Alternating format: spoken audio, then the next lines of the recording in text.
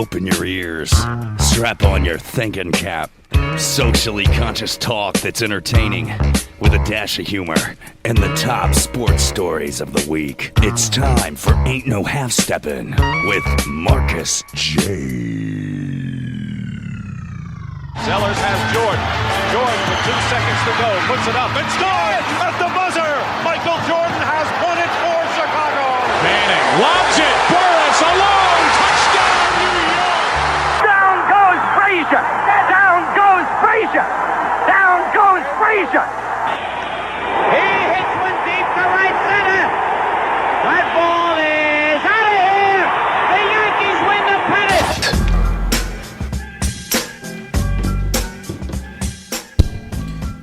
If you're lying, then you must be half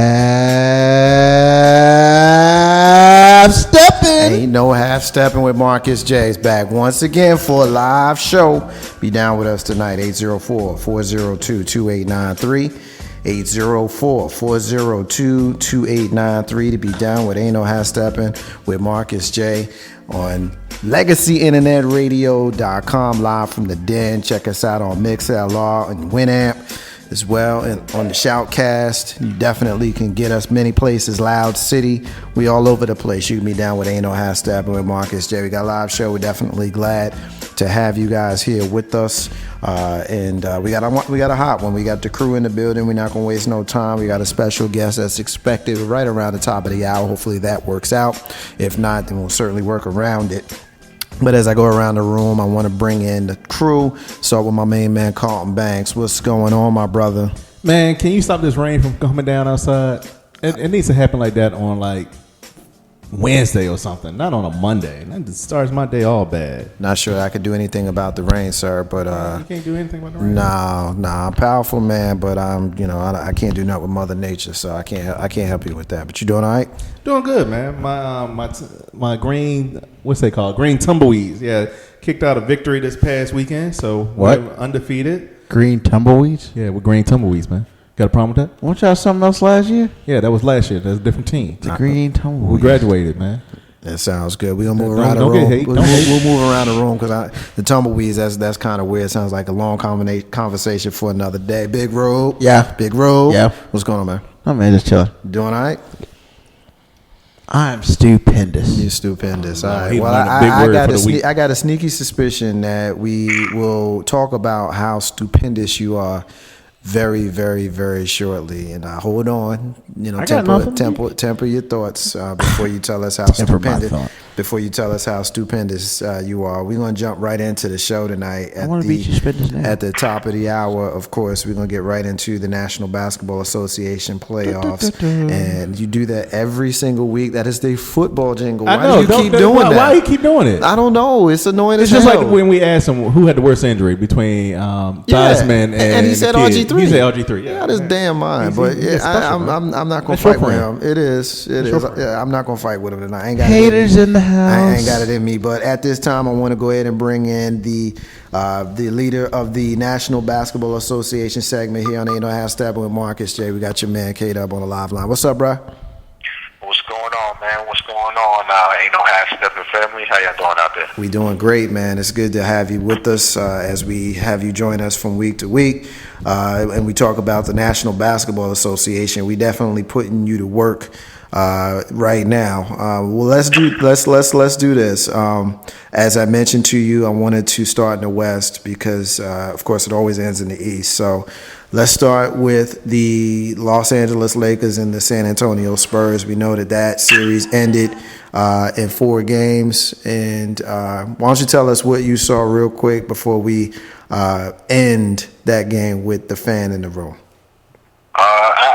I saw San Antonio just go at it business like as normal. They brought their brooms to LA. I saw actually, man, to be honest with you, the last 2 games I saw a little bit of a quit in the Lakers. I don't know what the hell I saw out of Dwight Howard yesterday. You know, he scored in single digits and he got kicked out the game. The LA Lakers have a lot of decisions to make right now to kind of secure their future. But like I said, I don't want to spend too much time with focus on LA, I'll let Rube go ahead and dissect LA. But San Antonio just wanted their job business like as normal, and they move on to the second round. They're a pretty good team and what have you to kind of get some rest. So with the three older veterans on their team, I know that the rest right now will do them some good. Let's do this. Let's talk about the elephant in the room here. I don't think anybody expected this series to go any different than what it went, particularly with the injuries that the Lakers have suffered. So, I don't know if anybody expected it to be a sweep. I didn't expect it to be a sweep, but I did expect San Antonio to win. But with Kobe Bryant being down and the incident with Dwight Howard last night, let's kind of get into that and real quick, have you set it up, and then have Big Rube kind of make his statement on that. Well,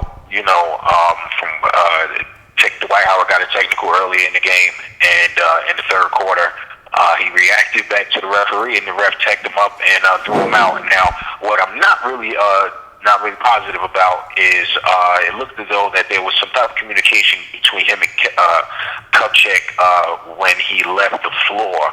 Maybe Rube would be able to further expound on that. But it's looking real bad in LA, man. You got Kobe Bryant out with an Achilles injury. He may not be back for about a year and a half time. You got Dwight Howard is going to be a free agent. You got Metta World Peace, who basically is out of the lineup.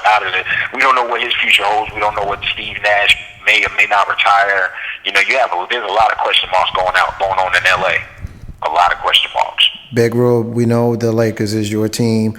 I will temper my clowning you for another time because it's too soon. From as far as I'm concerned, it's too soon. I'll keep it with what went on the court. But we know that you have some feelings on it. Now it's your time to kind of put it out there. What's your thoughts?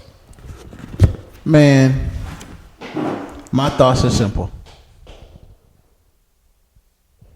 We played like a bunch of scrubs. We played very disingenuous. I think that game one really killed it for us. We probably should have won game one, but the fact that they came back was crazy.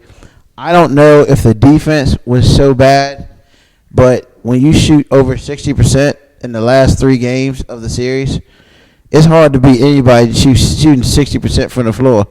Now, you can sit here and say game 2 was a bunch of layups, but game 3 and 4 were a bunch of layups. I mean, Tim Duncan was hitting everything under the sun. I mean, you had the bench coming through. Give it up to the Spurs. They played real hard, and big up to the Spurs. As far as us and our future, it is this simple. It is this simple. As long as D'Antoni's is a Lakers coach, I am not a Lakers fan. Period, point blank. Because I have expressed the fact that I can't stand that dude. From day one that he's been here, he has proven that he's terrible, one.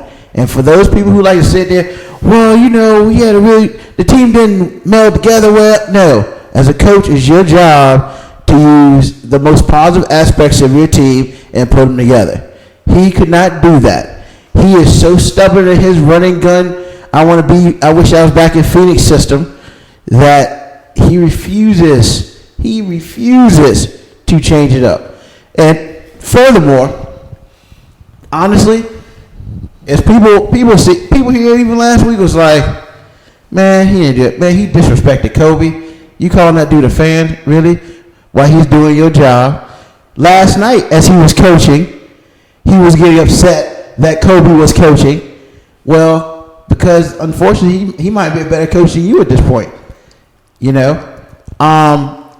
But real talk, I think Dwight Howard, that was a little punk move. But at this point in time, the thing with him and Kupchak tried to give him a pat on the butt. He turned around and said some things.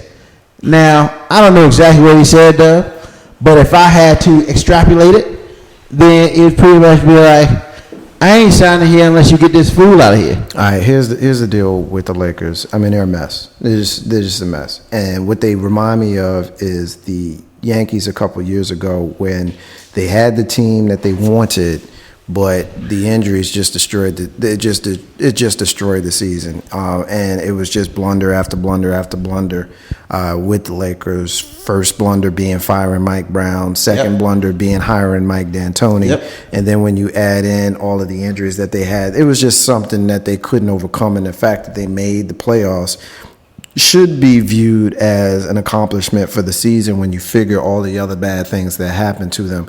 As far as Dwight Howard, Kdub knows, I've been calling Dwight Howard the most overrated great player I've ever seen, personally. I've always said that he was overrated simply because, okay, he gives you the numbers, but when you look at him, he don't have the eye of the tiger. He just does it. And when he had the opportunity to be the man this year, you know, he was fighting with the real man of that team. And I don't think that it's a coincidence that Kobe Bryant waited for him to leave before he came out. You can say that he tried to take the shine off of the fact that he had just gotten ejected and he wanted to go out there and support his players. You can say that. That would be a fair way to look at it. But the way I look at it, it was Kobe Bryant acknowledging that Dwight Howard quit on the team because he already had a tech. So you need to shut the hell up. You need to shut the hell up. The excuse of it's an emotional game to me is not a good excuse. Kobe Bryant realized that guy just quit on the team and he went out there to be with his teammates. Rebut that, Big Ro. Well, here's the thing, man. I can honestly say I'm one of the few people, if the only person. I never said that Dwight Howard is the leader. Here's my thing. I think since about 2004, probably the year before LeBron got drafted, I feel like players in the league either don't have the eye of the tiger or they don't want to have the eye of the tiger. Because do I think Dwight Howard is a leader? Honestly, no. I think Dwight Howard is 7 foot tall, however many pounds. He's a great rebounder. He's a great shot blocker. He does really good on points. Do I expect him to lead the Lakers franchise? No, that's not his deal. It just isn't. He doesn't play like Shaq. He doesn't play like Kareem. He doesn't have this quote-unquote eye of the tiger thing. I don't think that he's a leader. And I say that because how long did it take LeBron to become a leader? Yeah, you can say he was a leader in Cleveland. No, he was the only dude who was good enough to play really well in Cleveland, and everybody else kind of hung out. I disagree with that. I mean, I disagree with that, but we don't have time to debate LeBron and Cleveland. Correct, but I'm saying is we've talked about this numerous times. Back in the day, you have never seen. Why you speed me up, man? You have never seen, Bird and Magic get together on a team to play. Really? You don't see that. You see that garbage now. There is no man who wants to take a team by himself these days. You saw that twice. You saw that with Boston, and you saw that not even really with Boston because the players didn't do that. The general manager did that. But you really only saw that one time, and that's with Miami, where they said let's form like Voltron and get together. Kdub, jump in here. I'll say you might have saw that one time even a step before with Houston. With Clyde Drexler going to Houston and playing with Charles Barkley. And they failed. No. I'm talking about when he won the ring. I'm talking about when Barkley won the ring. I don't really see it as the same. Simply because Clyde Drexler was one guy who got traded there. So it's not really the same like it was in Miami, where you had two guys as free agents who decided that they were going to go play with the one guy who's already a superstar. But the reason I said that was because of Boston, you got individuals traded to Boston as well. But right, and that's the reason why I took the Boston. That's why I took the Boston thing back. But the thing about it, you see here, everybody keeps sitting here telling, well, Dwight Howard's got to be the man. Dwight has a leader. I don't think Dwight Howard's that type of player. I agree with that, but a lot of times your talent speaks for what your influence should be in a locker room. And that's incorrect. I disagree that it's incorrect, but we can agree to disagree with that. If you are clearly a superior talent, then you should have some sort of leadership whereas the players will follow you. And Derek Jeter, nobody's going to say that he's the best player on the team. He never was, and nobody's going to say that he's vocal. But you better believe that those people, even before the name Derek Jeter became synonymous with rings and all of that kind of stuff, even in his first couple of years, those people followed him. I understand that, but what I'm saying is some people have it, some people don't. I think the fact that people are assuming that Dwight Howard has it is incorrect, and it's not fair. Okay, I mean, fair enough. Let's move on. I want to move on from the Lakers since they're done playing, and I think everybody's moved on from them except for a few people. Are we done talking about the Lakers forever? I mean, until next year. We should be. Make sure. Well, once they make a decision on Dwight Howard and they make a decision on Mike D'Antoni, which they already allegedly made last week, but Big Rube seems to think that decision is going to be retracted and they'll let him go. Oh yeah, that's as soon as Mike Brown got hired in Cleveland, basically D'Antoni was secretary, got that notice for the boxers. Yeah, that's what it is. Let's move on to what you have told me, Dub, as your favorite series to watch because of how fun it is. What's going on with Denver and Golden State? Denver and Golden State right now. Golden State is on a 3-game winning streak, and what's odd is that Denver lost their All-Star, which was David Lee, but I don't know if I can find enough words to describe Stephen Curry right now in regards to his offensive prowess right now. He's gone and led Golden State to a 3-1 lead over Denver, which was a higher seed. And I mean, man, if anybody was fortunate enough to watch the 2 games in Golden State, you were definitely entertained by his performance and just the performance of the team. And just, kudos to Mark Jackson, because he really exerts a lot of energy, a lot of just buying into the team concept. You have Jared Jack, you have Harrison Barnes, you have a lot of guys out there that's just going out there and playing hard as hell for Mark Jackson. So, I mean, for me as a basketball fan, it reminds me of old school basketball back in the 80s where you had teams like Golden State and Denver just going up and down and just buckets and buckets. I mean, it's an outstanding series. I get a kick out of it simply because of the high octane offenses that you're going to get from both teams, and the fact that Golden State is up 3-1, surprising to me.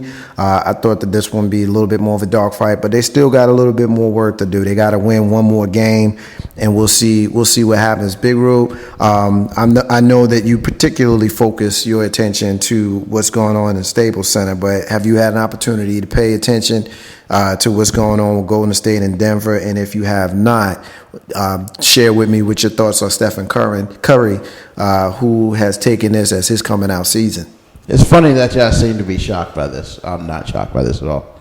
I mean, the fact that David Lee went down basically gave Stephen Curry the push to, you need to go improve why you should have been an all-star with this team.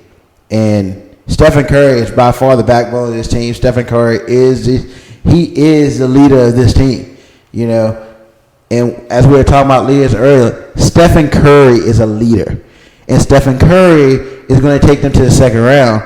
Now, further than that, to be perfectly honest with you, I'm not sure. However, I think they will give the Spurs some problems. All right, let me back you up on something that you just said, because you said Stephen Curry is a leader versus, and I'm assuming you're alluding to Dwight Howard.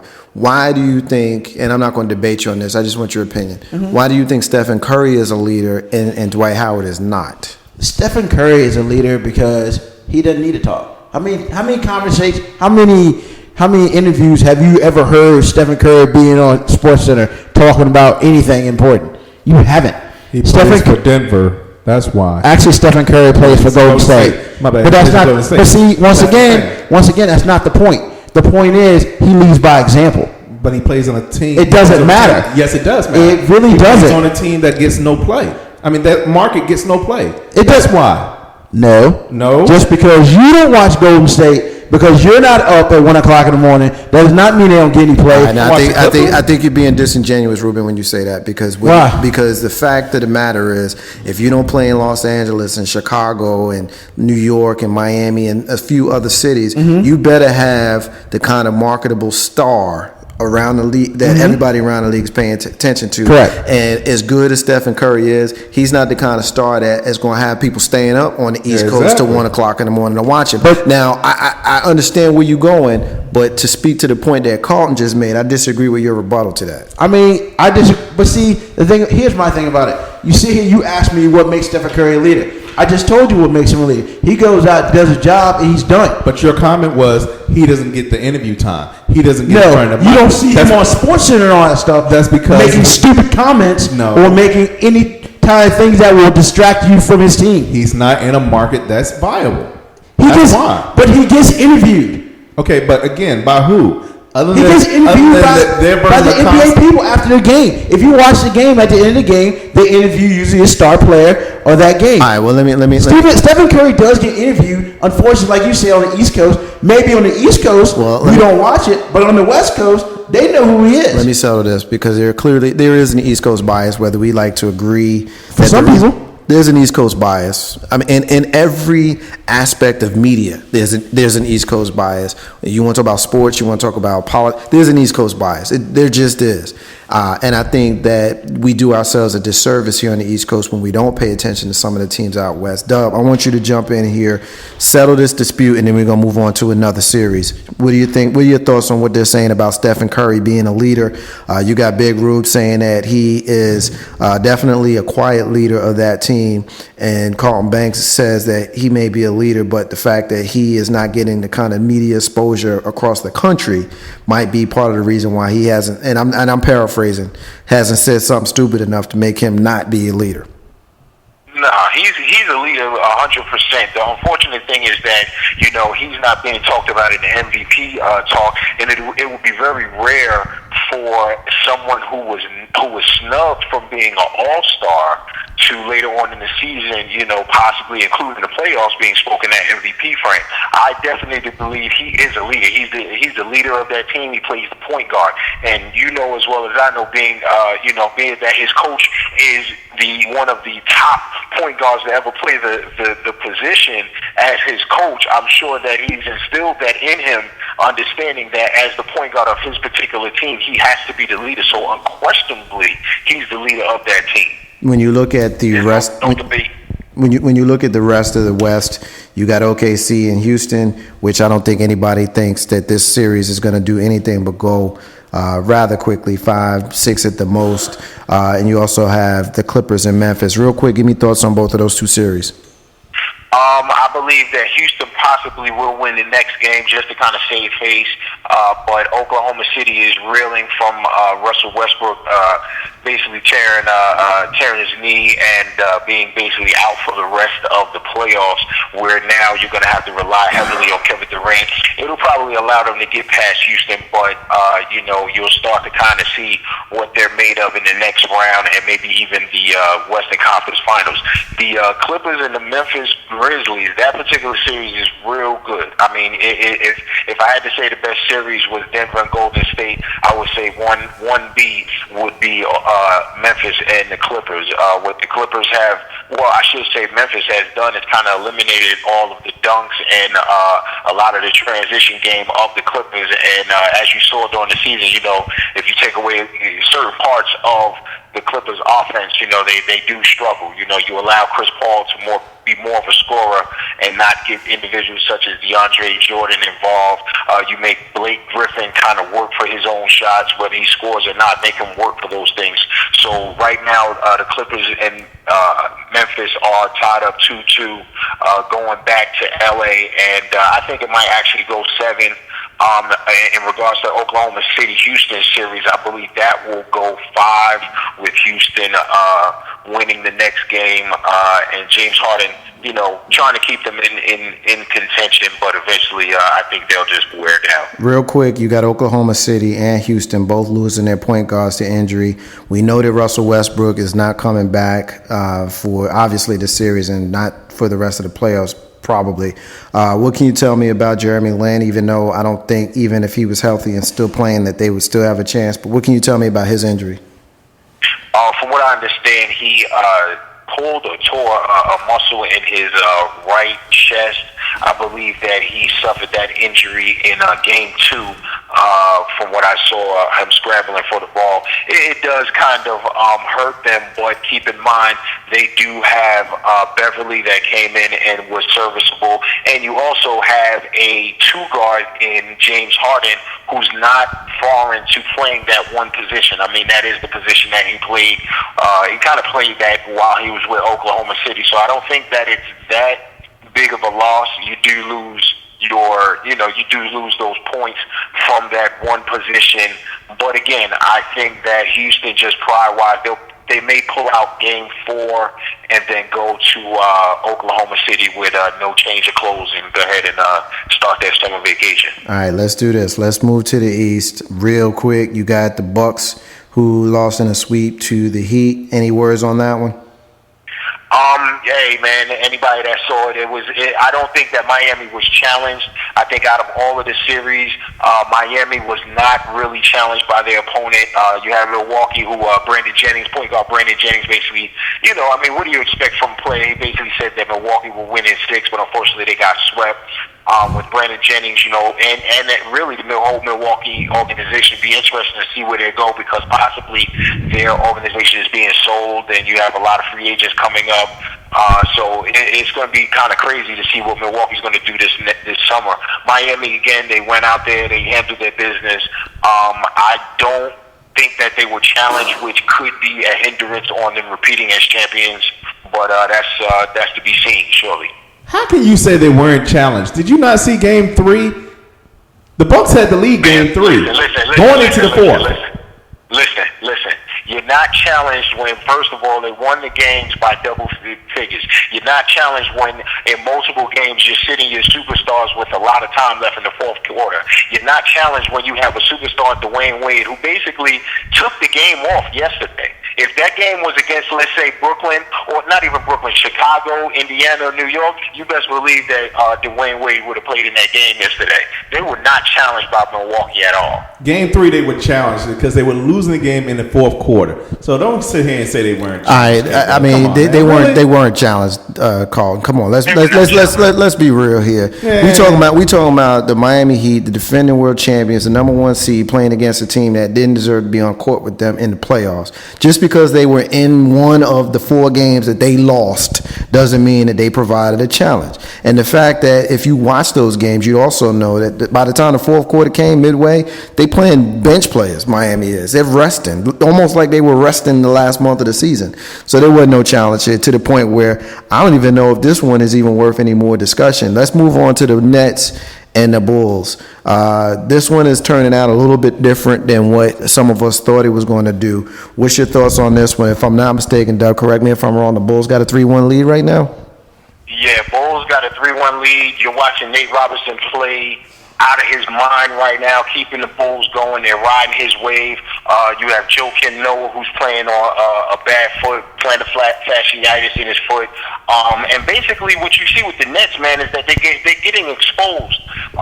You have, now, I will say Joe Johnson is suffering from the same injury that Joakim Noah is, but you saw just, lapses in offense. You saw key turnovers. You saw in the game just recently, I believe they were up double digits with about 4 minutes left in the game, and they wound up losing that game. You saw Nate Robinson that performance, from what I understand statistically wise, you hadn't saw a performance like that in the playoffs by a Bull other than Michael Jordan. Tonight they're playing in Brooklyn, game 5. Possibly Chicago can be ending that series tonight. You have Heinrich hurt, so Nate Robinson actually started the game. But again, man, he had 23 points in the 4th quarter. He ended with a total of 34 points, and he was the reason why Chicago made it happen, man. Big Roo, what's your thoughts, man? Is it me, or is this a coming out party for Nate Robinson? I think that Nate Robinson is a good ball player. I don't think he's a great ball player. And I think when you say coming out party, I think we're overstating. I think the fact that he is an explosive offensive player can somehow shroud the fact that his game has all kinds of deficiencies all over it. Any great offensive player can explode and score a whole bunch of points. Doesn't make them great, and doesn't make it a coming out party for them. I mean, I know Nate Robinson very well. Trust me. But I mean, I know he used to be on the Knicks, but he never played like this on the Knicks. Yeah, he has. Yeah, he did. He scored 50, almost. What was it like? He scored 50 points in one 50 game. points. Yeah, I mean, so. And then Robinson had 42 points, 8 rebounds, and 7 assists against the Atlanta Hawks on January 1st. I knew that because I was at that game, and he just humiliated Atlanta and took everybody off the court. Nate Robinson is a very admirable but I mean, player, man. But see, the thing with Nate Robinson is Nate Robinson can go 42 and 8 in one game, and then he can go 0 for 20 in the next game and do something stupid, have a bunch of turnovers, and drive you crazy, and then you're gonna feel silly for saying it was a coming out party. This is Nate Robinson. but he hasn't done that in this series. Okay, this series. I will say this. I won't say it's a coming out party for Nate Robinson, but what I will say is that if you've looked at him this season with Chicago and last year, I will say that he is a different player than when he was with New York. He's a much better player than he was in New York. His game has matured since he was in New York. That's something that I will say. No, I can agree with that, and that's what you hope to see for a player that's been in the league for as long as he has. But when you say coming out party, that suggests that we're looking at a great player in the making, and I didn't see anything in that told me great player. I saw a good player who did great things, but I didn't see great player. Well, this is not just the playoffs. I have been watching the Bulls a little bit during the regular season, and he does have a lot of spurts where, he does what he needs to do when he needs to get it done. Against top-notch competition. Against the Heat, the dude just beasted in the third quarter against the Heat when he broke the streak. But the last 10 to 15 games, Nate Robinson has come up. I'm not going to sit here and say he's going to be most improved player or something. But you know what? He's basically saying, you got to watch out for me, and you got to check me, or I'm going to burn you. I mean, what happened yesterday? He got hit. He got a questionable foul that, if I'm correct, wasn't called. Then the dude just drops 25 in the fourth quarter because he got mad. I mean, really? I mean, you can sit here and you can say. I don't think that it's a coming out party. I don't think he's great because he did that. I understand why you say that, but you also have to sit here and say that his game is better now than it was when it was in New York. No, absolutely. I will agree with you on that. But I think that what you're seeing right now out of Nate Robinson is his ceiling. I don't think that he's getting any higher than breaking out for 35 points in the playoff game. How much higher can you get after that? But let me finish my statement. But then the next playoff game, having a bunch of turnovers and being erratic and maybe scoring 12 and being. But he's averaging 20 points in the series. Okay, well we'll see. We'll see. We'll see. I'm just, half empty over here. I'm not a Nate Robinson guy. I wasn't a Nate Robinson guy when he played in New York. I wasn't a Nate Robinson guy when he left New York and went to whatever team he ended up. I think he was at Boston for a second and made his way around the league. I just never been a Nate Robinson guy. I'm not drinking that Kool-Aid. I'm not going to be fooled by his antics. Indiana, in Atlanta. This series is going a little bit more than what I expected. It's 2-2 right now, Dub. Does Atlanta have a chance, or is Indianapolis right now just Indiana? I'm sorry, I'm thinking of the Colts. Is Indiana just basically biding their times before they go ahead and take over this series? Well, not necessarily. Right now the series is 2-1 Indiana, and what history has played a part, man. Indiana has lost 12 consecutive games. I believe it's 12 at this particular point. 12 consecutive games in Atlanta. They play tonight in Atlanta. So, by the end of tonight, it could be going back to Indiana 2-2. It'll be interesting to see how Indiana comes out. And for whatever reason, man, when they come to Atlanta, they leave their games in Indianapolis. So, tonight it could wind up 2-2, or it could be Indiana going back home and trying to close it out in Indiana. I will say that if Indiana does win tonight, they'll go ahead and close this bad boy out. If Atlanta wins tonight, I can see it going 7 possibly. Just for sentimental reasons, I would love for Atlanta to win.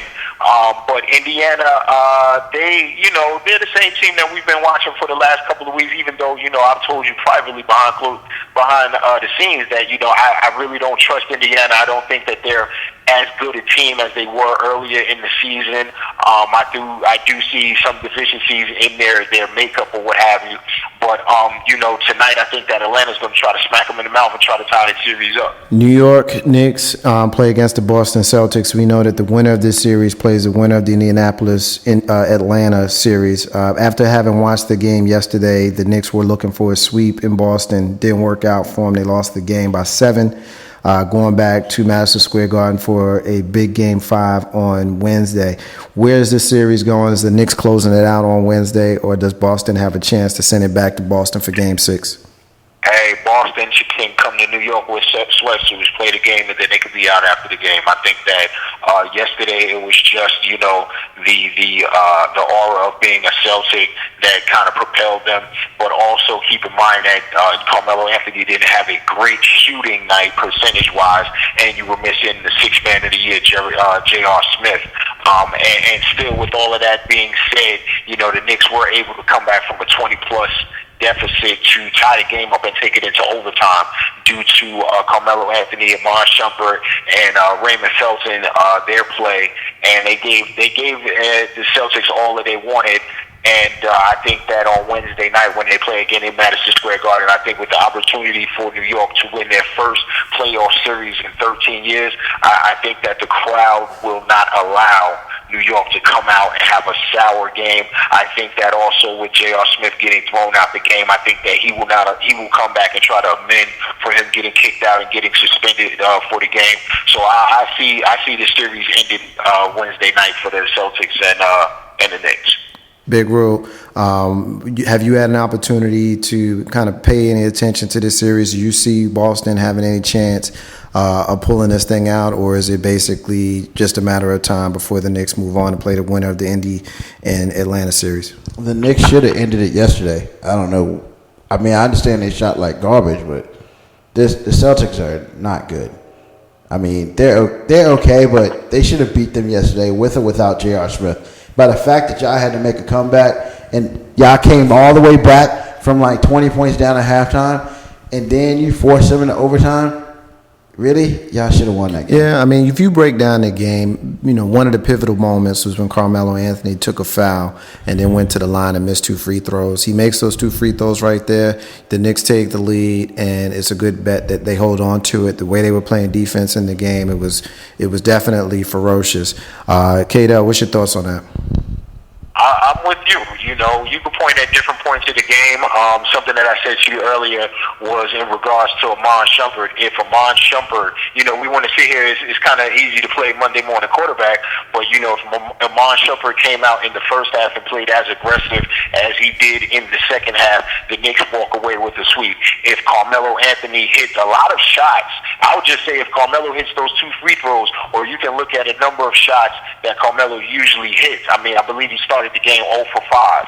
That game is over. If you just have J.R. Smith playing in that game, it's a sweep. So, I mean, you can look at a number of those things. It would have been nice to actually pull that overtime win out, in Boston. That would have been a real, boost to our confidence. But again, Wednesday night, it's over. So, KG, all them cats, they can set up their vacation plans for a little later on in the week.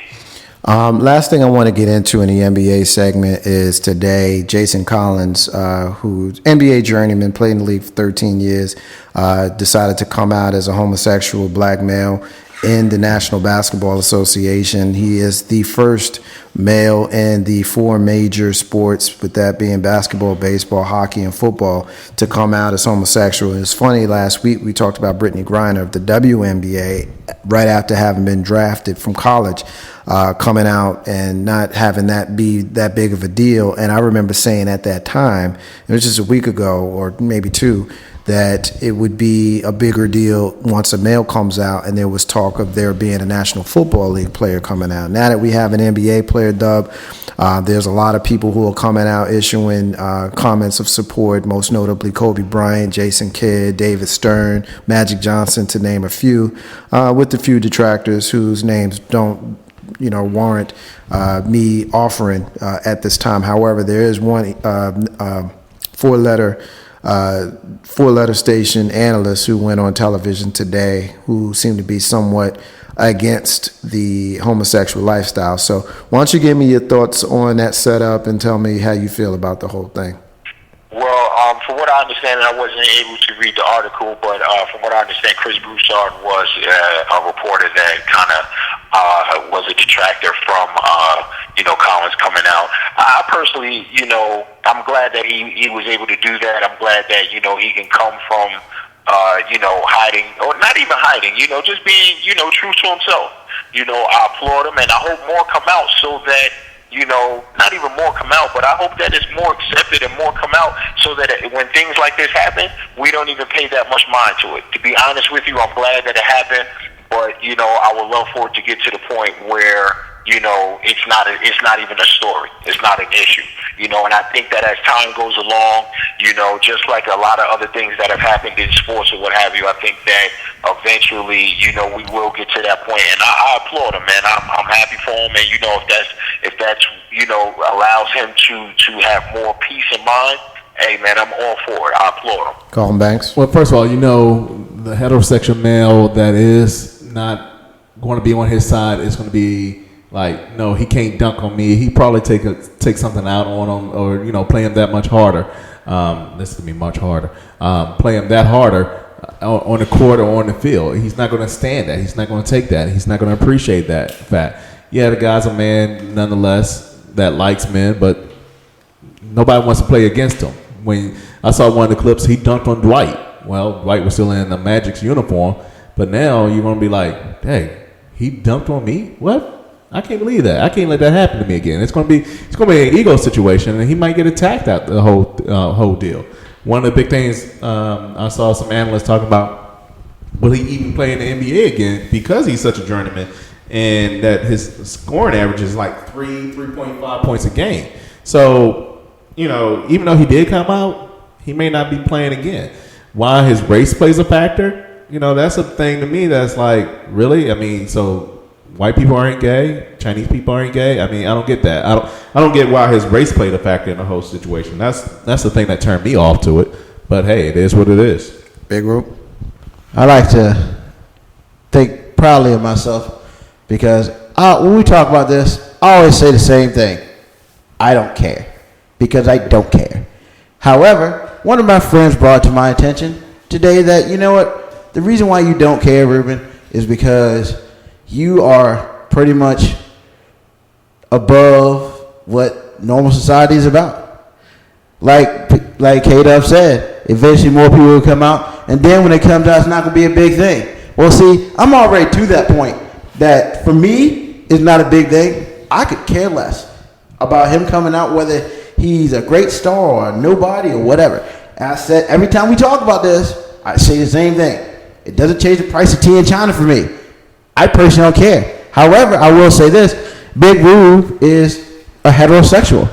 He likes women. All right. Does that mean anything? No. Doesn't change price tea in China. Doesn't do anything for me. If it's good for him, then it's good for him. However, once again, I've learned today that, it's not about me. It's about society. However, that trail society, I choose not to ride on. Therefore, for all the other people who care about it and like it, great. For me, I really don't care because it doesn't matter if you're straight or gay to me. It is what it is, and you live your life, live my life, and that's it. So, and he's not kin to me or anything or whatever. It doesn't do anything for me. The reason why it does something for me is because it's a social issue. It's a discrimination issue. It's a situation where to kind of comment on some of the comments that Colin Banks had. If there are players in the league that treat him differently, that feel some kind of way about getting dunked on him or something like that, and want to retaliate about his homosexuality because of something that happened competitively on the floor, that is a absolutely small person, small not so much in stature, but small in mind. And I think the fact that heterosexual straight people can walk around and tell the world who they are and how they feel, and they can be, they can pronounce that to the world, and to turn around and to look to someone who has had to hide who they are for their entire life. I think that is the epitome of hypocrisy. And I think that a lot of these people who like to utilize the basic instructions before leaving Earth as their reason for doing that, I don't know any God that I've ever studied that would have you judging folk. Every single God that I've studied says that I am the one that is supposed to be judging. So those of us human beings living on this planet who want to take our morals and our views and all those kinds of things and apply them to another person, I think that is just as much sin as the perceived sin of whether it be adultery, homosexuality, or fill in your reason.